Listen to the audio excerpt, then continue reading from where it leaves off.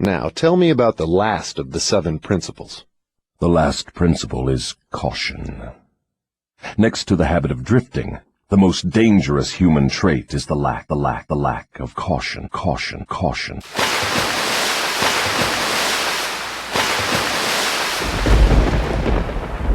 Welcome back to the House of Ajay, Oshun Ajay exclusive and No Narc Network TV. I am the Oracle, Oshun Ajay. We have officially reached the 33rd and final lesson in the Dissecting the Devil book study, my people, at the end of which we will have officially dissected Outwitting the Devil by Napoleon Hill. Let's get it. People drift into all sorts of hazardous circumstances because they do not exercise caution by planning the moves they make. The drifter always moves without exercising caution.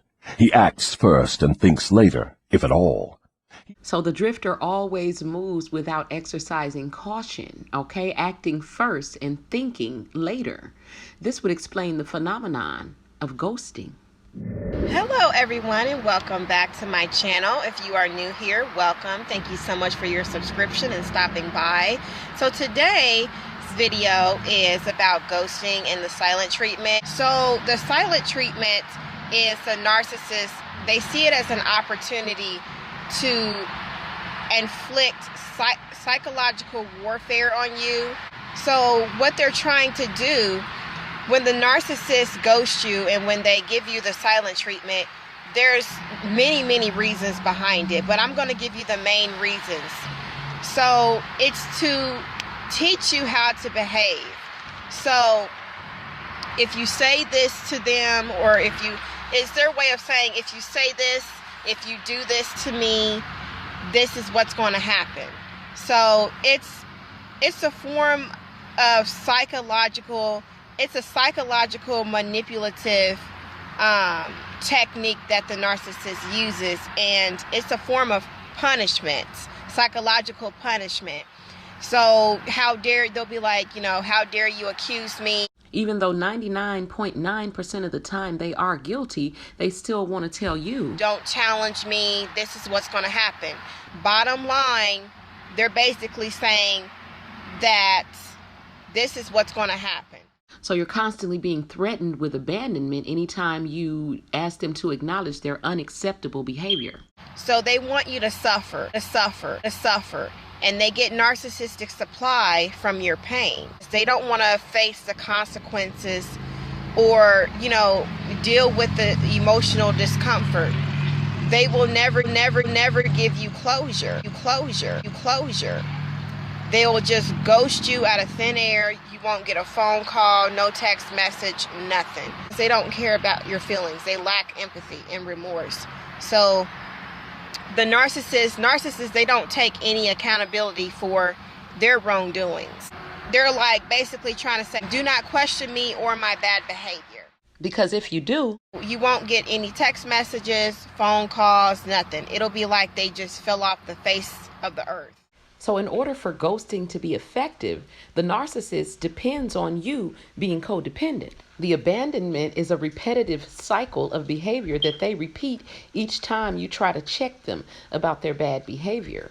If over time you built up your strength like I did and got used to being without them, the next time they ghost you, lock the door behind them and the trash will have taken itself out. Okay?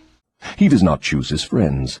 He drifts along and allows people to attach themselves to him on their own terms. You see, there is no such thing as getting something for nothing. Even when you first come into this world, you take your breath, you breathe in, and then you breathe out and you give it back. It's called the law of exchange. You see, whatever you take, you got to give back. It's a law. To acquire something, you have to be able to give a service, render a service, provide something. So if you find yourself around people who are not adding value to you, who aren't reciprocating the energy that you're giving to them, like the narc-on-narc entanglements that are popping up everywhere now that the empaths are waking up and taking our power back, unfortunately, that may be a sign that you got to cut them off. He does not choose an occupation. He drifts through school and is glad to get the first job that will give him food and clothing. So the narcissist dreams about the things that they want to do, but they lack the ambition and courage to actually go after it and make it happen. He invites people to cheat him at trade by neglecting to inform himself of the rules of trade.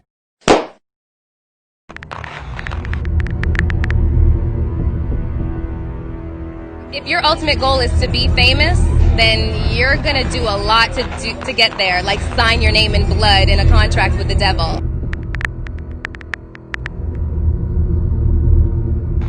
I kind of sang about, what was going on in my life at 15, and that's how I got introduced to the music industry. I swear I wanted to be like the Amy Grant of music. Yeah. But it didn't work out, and so I sold my soul to the devil. Well, needless to say, sold my soul. It's a dance with the devil, a mature, real wrestle. It's a dance with the devil.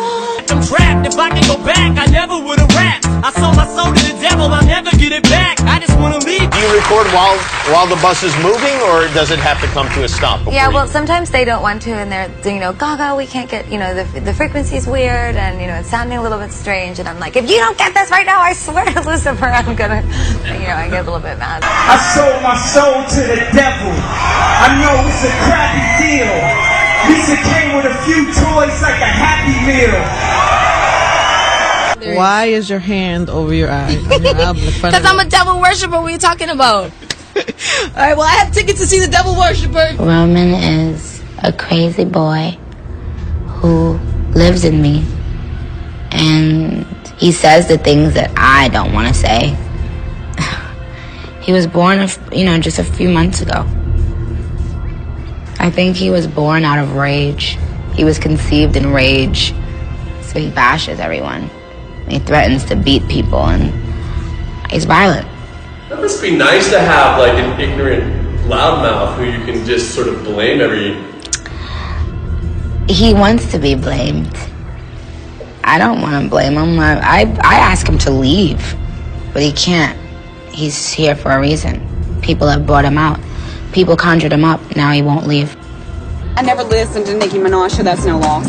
So she worships the devil, I heard anyway, so. And boy, I got you, hey, guessing that I'm making deals with the devil, and I know it's gonna get me in trouble.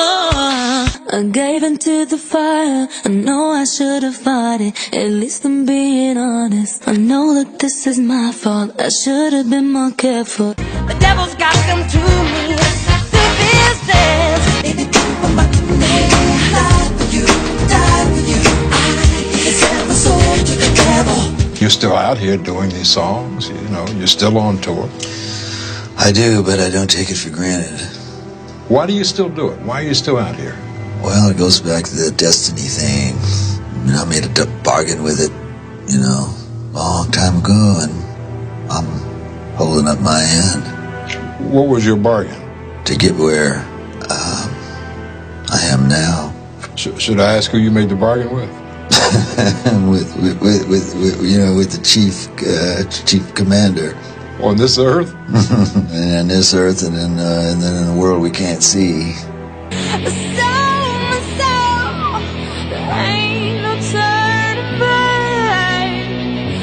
Keep on dancing with the devil.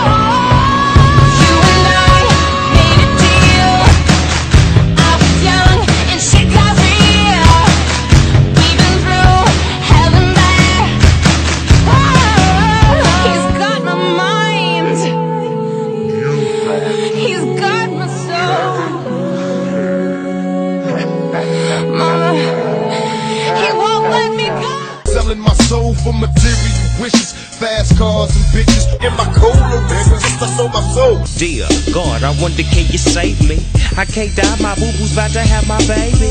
I think it's too late for praying. Hold up, her voice spoke to me and it slowly started saying, Bring your lifestyle to me, I make it better. And how long will I live? Eternal life and forever. Or will I be the G that I was? I make your life better than you can imagine or even dreamed of. So relax yourself, let me take control.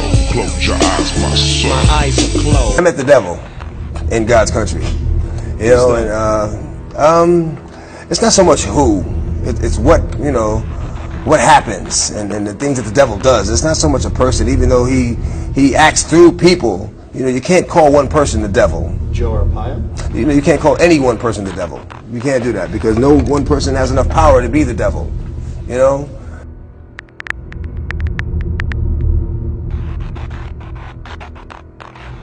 And I just think that the whole idea of celebrity and fame has become really convoluted and, you know, kind of bastardized, like whereas fame used to be the byproduct of success and now it's the ultimate goal. I've seen so many people like forsake their moral code and their value systems just for a little bit of fame, and it's not worth it at the end of the day. It's really not worth it. The greatest trick the devil ever pulled was convincing the world he didn't exist. He invites illness by neglecting to inform himself of the rules of sound health. Simple rule of modern eating. Fatty foods in huge portions are bad for you.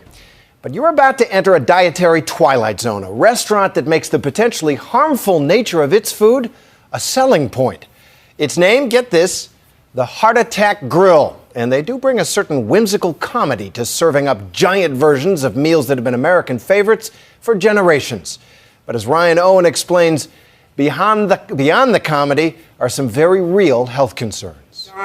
In a country where calories are posted on the menu and the White House has a vegetable garden, sometimes the reality looks more like this.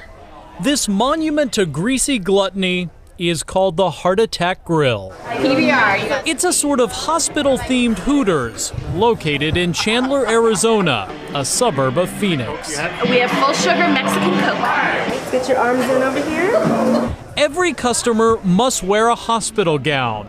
I'm dying. And they are waited on by scantily clad nurses. Still, it's what's on the menu that gets most of the attention. The single, double, triple, or quadruple bypass burger. Oh, and they do have fries called flatliner fries, fried in lard, and those are unlimited. To wash it all down, how about a butterfat shake? The restaurant has become a bit of a national sensation. I'm up another few inches. In no small part, thanks to this very big man, Blair River, the so-called spokesmodel of the Heart Attack Grill, featured in a series of tongue-in-cheek commercials that have gone viral. I'm at 570 pounds, 6'8", yeah, so. We met Blair in January. Back then, he told us one of the perks of the job is eating free. Anyone who is over 350 pounds doesn't have to pay.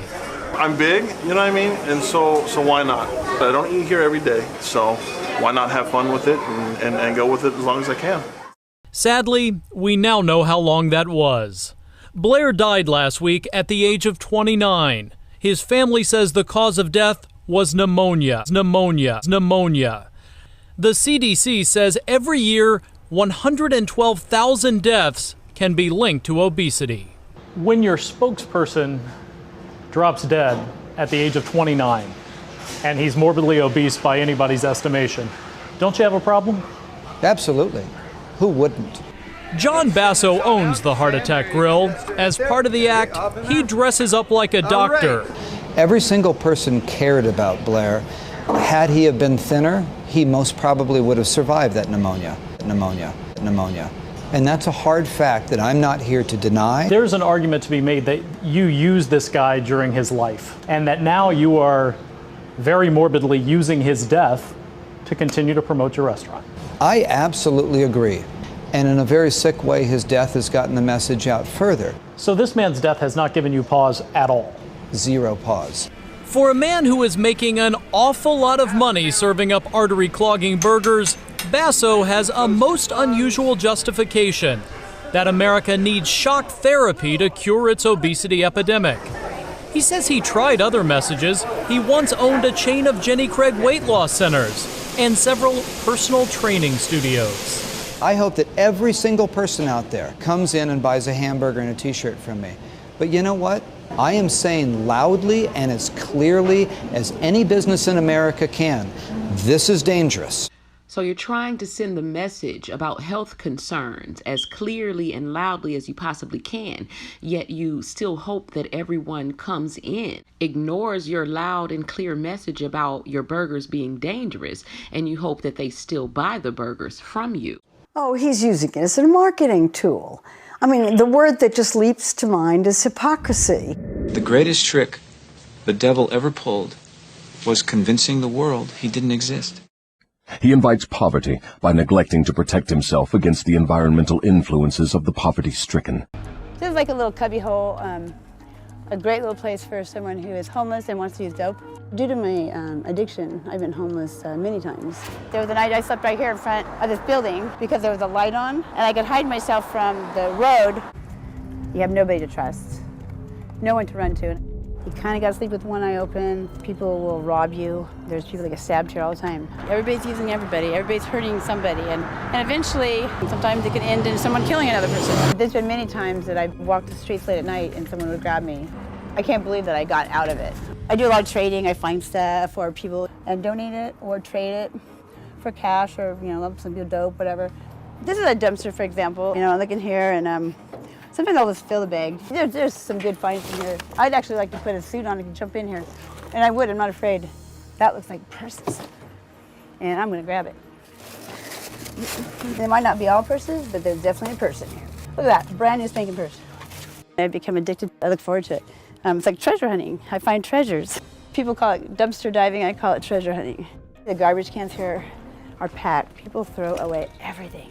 A lot of food gets put out here that they don't want, like cans of food, fruit, bags of bread. You look at the date if it's brand new. Yeah, take it. Why not? I've been pretty hungry before. I've eaten fruit out of the garbage, and it's embarrassing. But when you're hungry, you'll eat just about anything.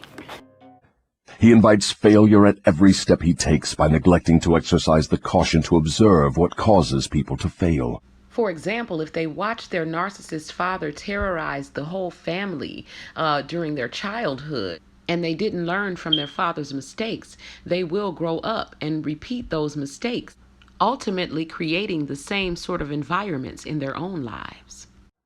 He invites fear in all its forms by his lack of caution in examining the causes of fear. Fear is comprised of illusions created within the mind. So the cause of fear would be your thoughts. The mind is the battlefield where the devil attacks because he knows that if he can control your thoughts, he can plant seeds of false evidence that appears real to the mind and incite fear. He fails in marriage because he neglects to use caution in his choice of a mate.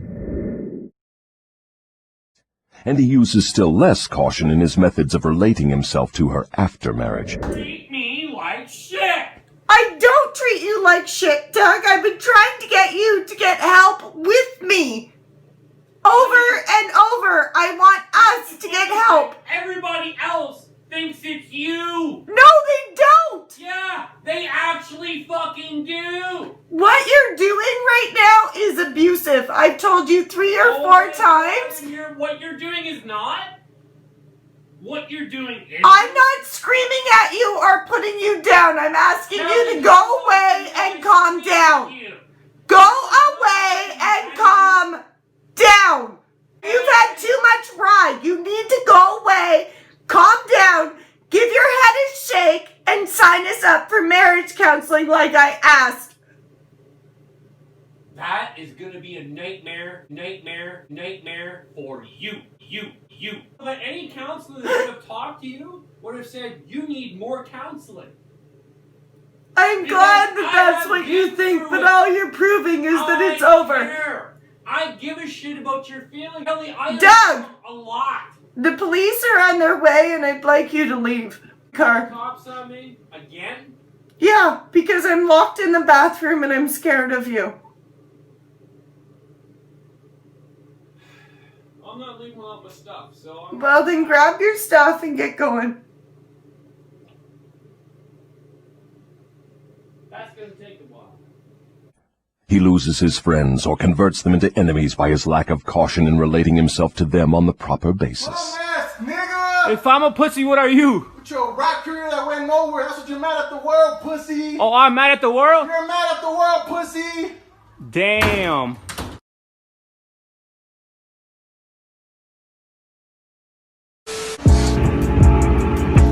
Rich Numa. Rich, let me tell you something. I looked at your page. I checked out your raps and your style. Salute, bro.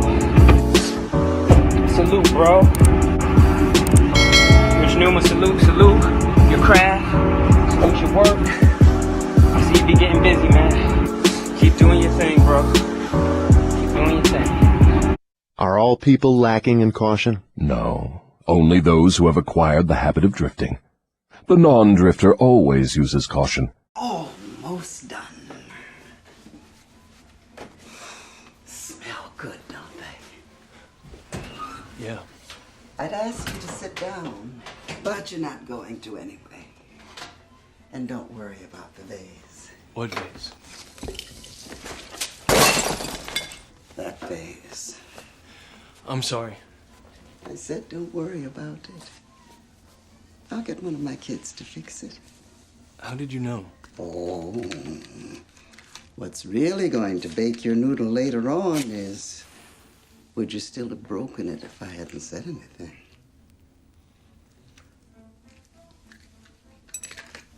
You're cuter than I thought. He carefully thinks his plans through before he begins them. He makes allowances for the human frailties of his associates and plans ahead to bridge them. You know why Morpheus brought you to see me. So, what do you think? Do you think you're the one? Honestly, I don't know. You know what that means? It's Latin. Means know, thyself, thyself, thyself. If he sends a messenger on an important mission, he sends someone else to make sure the messenger does not neglect his mission. Then he checks on both of them to be sure his wishes have been fulfilled. Morpheus. He almost had me convinced. I know. Poor Morpheus. Without him, we're lost. What do you mean, without him? Are you sure you want to hear this? Morpheus believes in you, Neo. And no one, not you, not even me, can convince him otherwise.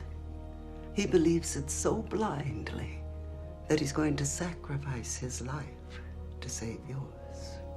What? You're going to have to make a choice. In the one hand, you'll have Morpheus's life.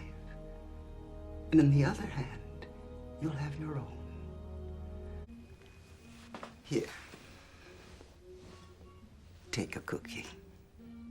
I promise by the time you're done eating it, you'll feel right as rain.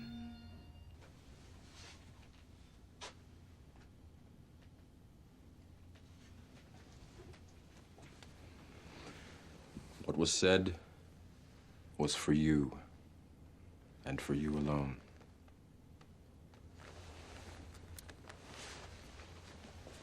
He takes nothing for granted, where caution provides a way to ensure his success.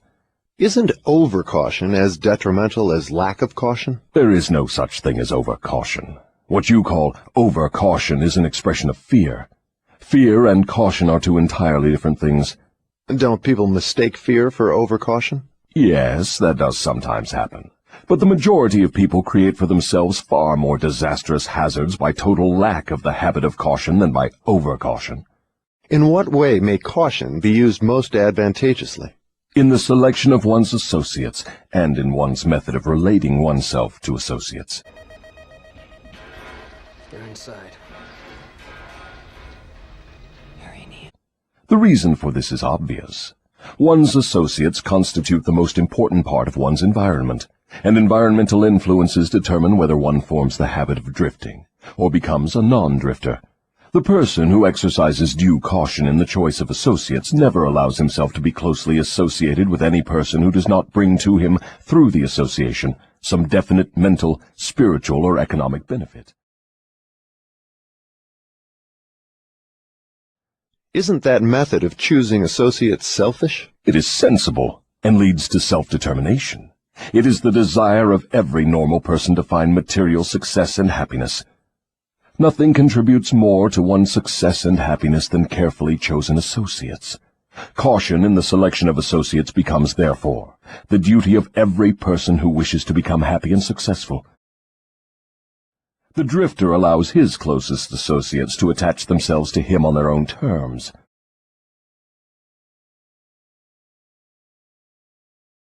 The non-drifter carefully selects his associates and allows no one to become closely associated with him unless that person contributes some form of helpful influence or bestows some definite benefit.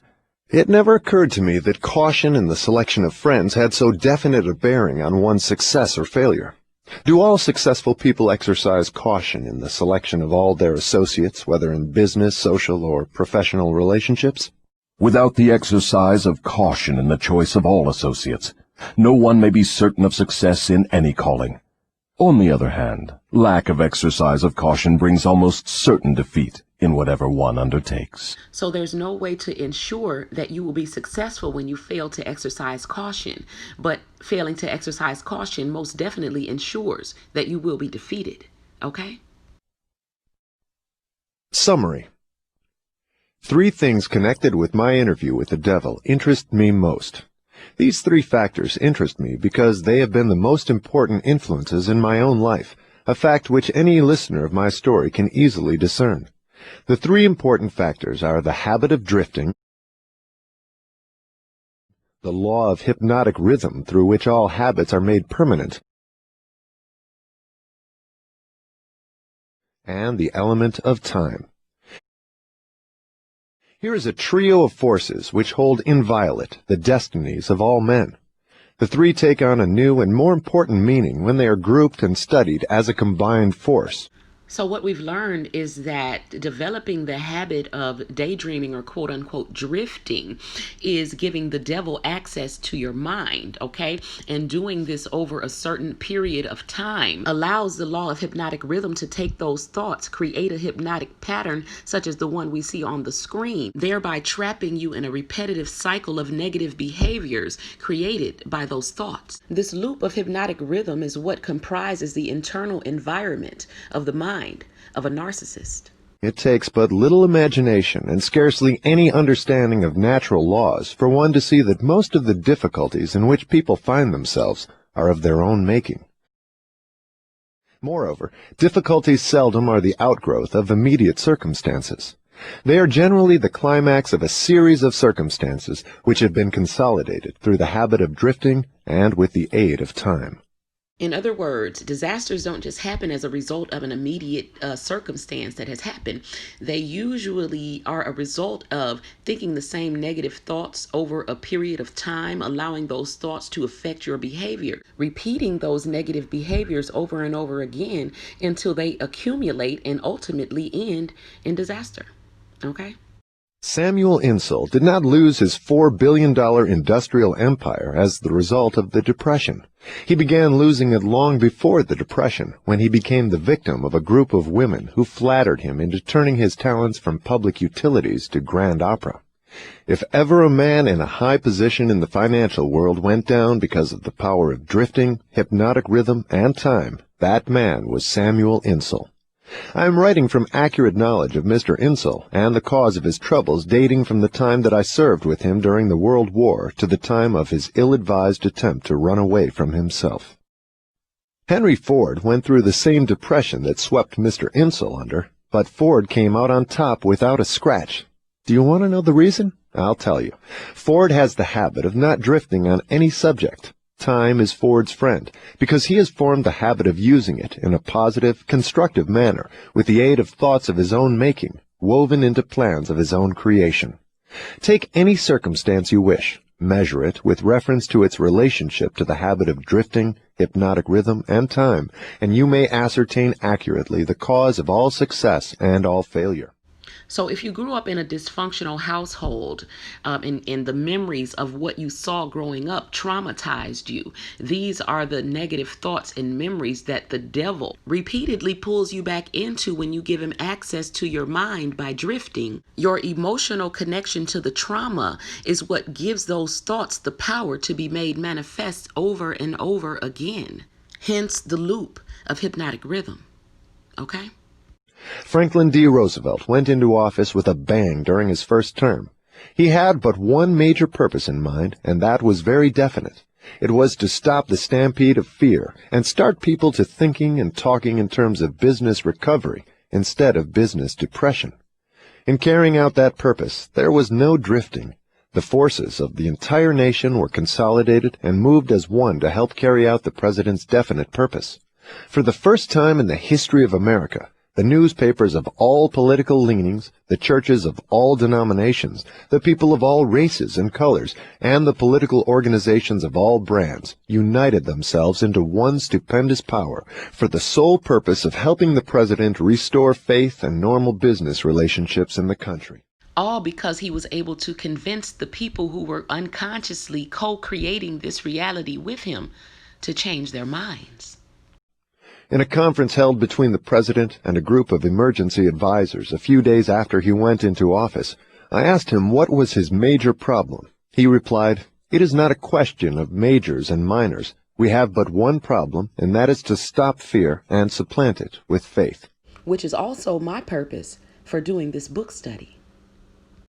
Before the end of his first year in office, the president had stopped fear and supplanted it by faith, and the nation was slowly but surely on the way out of the jungle of depression. By the end of his first term, mark well the element of lapse of time, the president had so effectively consolidated the forces of American business and private life that he had an entire nation in back of him, ready, willing, and enthusiastically desirous of following his lead, no matter which way he went. These are facts well known to everyone who reads newspapers or listens to the radio. Then came another presidential election and the opportunity for the people to express their faith in their leader. They expressed it in a landslide without precedent in American politics, and the president went into office a second time with an almost unanimous electorate vote, with only 2 states meekly dissenting. Now observe how the wheel of life began to reverse itself and turn back in the other direction. The president changed his policy from definiteness of purpose to indefiniteness and drifting. His change of policy split the powerful labor group and turned more than half of it against him. It split the almost solid following he held in both houses of Congress, and more important than all this, it split the American people into pro- and anti-groups, with the result that about all the president had left of his original political assets was his $1 million smile and his ready handshake. Obviously not enough to enable him to regain the power he once wielded in American life. Here, then, we have an excellent example of a man who skyrocketed to great power through definiteness of purpose and belly flop to the starting point by his habit of drifting. So basically, when he came out with a definite focus on his own agenda, he was able to get the people to cooperate with no resistance. But for the second term, he allowed the people to voice their opinions on what should be happening. And this resulted in drifting by inviting the opinions of other people instead of staying focused on your own agenda. In both his rise and his fall can be seen clearly the operation of the principles of drifting and non-drifting reaching a climax through the power of hypnotic rhythm and time.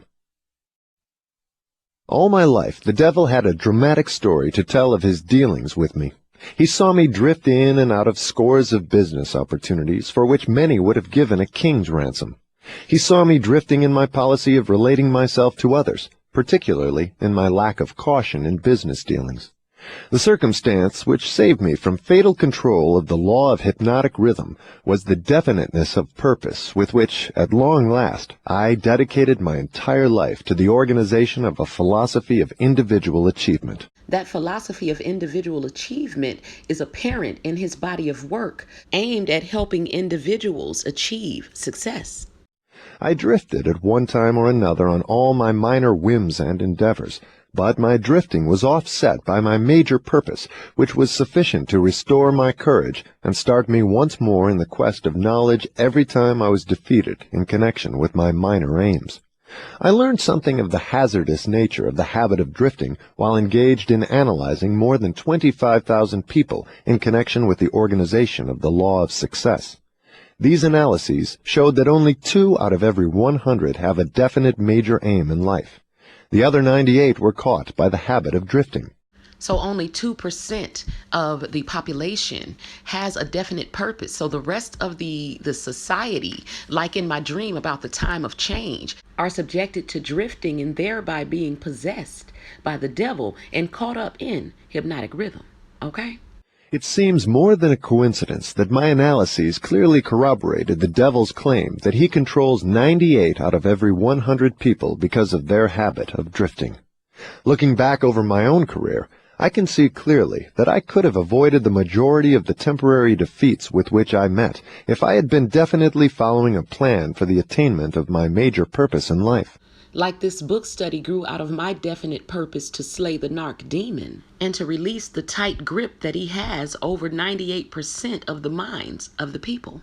From my experience in having analyzed the problems of more than 5,000 families, I know definitely that the majority of married people who get out of harmony with each other do so because of the accumulation of a great number of little circumstances in their married relationship, which could have been cleared up and disposed of as they arose if there had been a definite policy to do so. And since the narcissist blocks out any healthy form of communication, which is essential to a healthy relationship, there's no policy in place for how you're going to deal with the problems, so the problems don't get dealt with. They accumulate over time and eventually end up being the demise of the relationship. They do not live their married life with definiteness of purpose. So the story has gone, all back down the ages. The man with the most definite plan and purpose and the most power rides on to victory. The others scurry for cover and get crushed under the heels of those who are more determined. The answer is not hard to find. There is no use looking toward high heaven for it. For my part, I would prefer to seek the answer from the devil, for he would tell me quickly enough that victory goes to the people who know what they want and are determined to have it.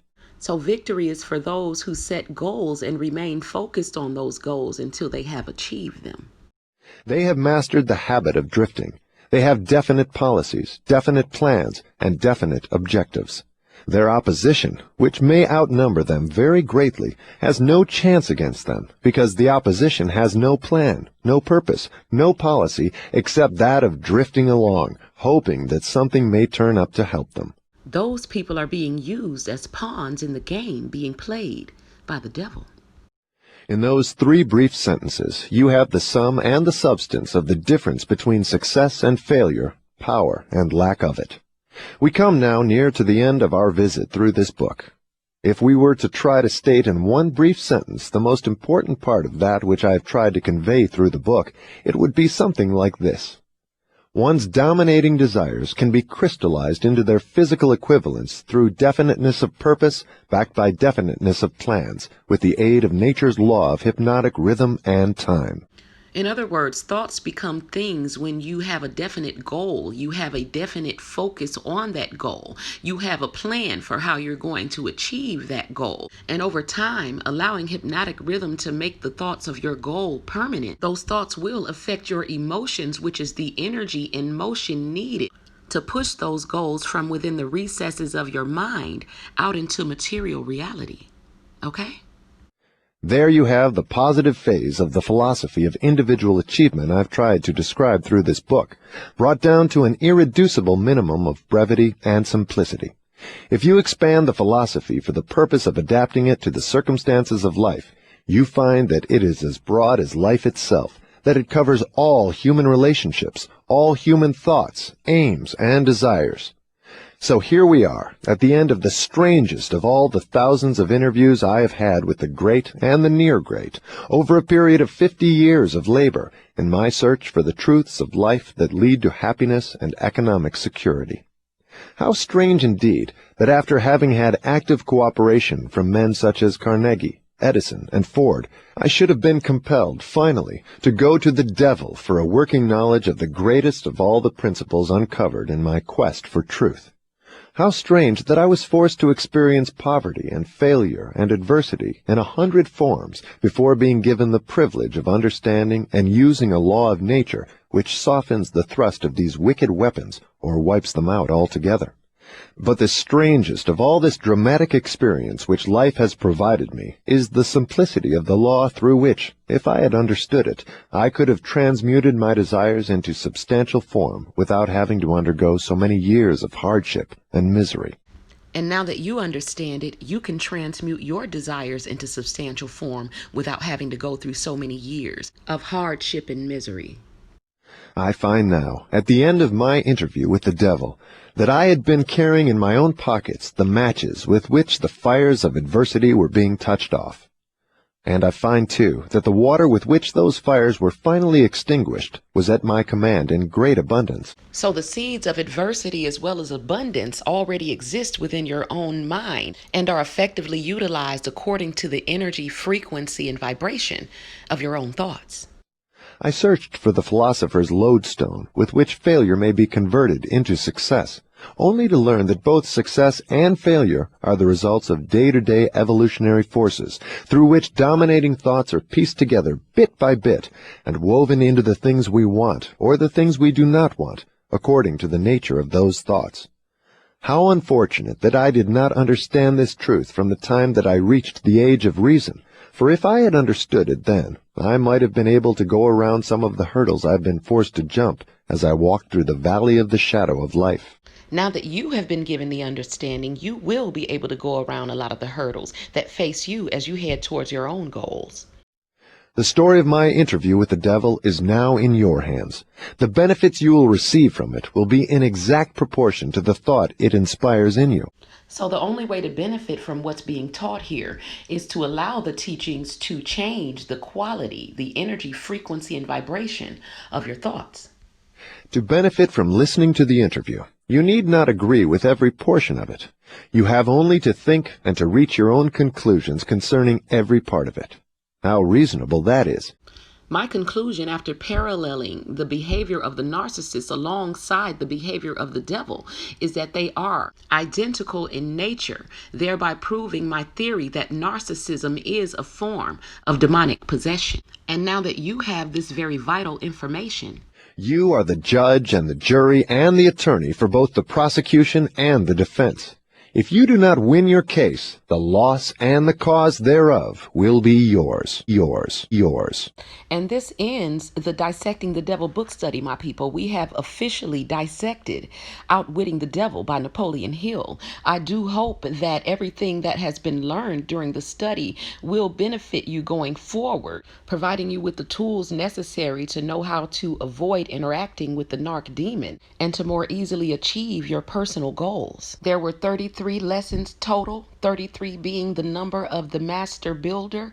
My challenge to you, my people, is to use the tools provided to you during this study to go out and build yourself a new reality, fully comprised of a no-narc network. Peace. The greatest trick the devil ever pulled was convincing the world he didn't exist.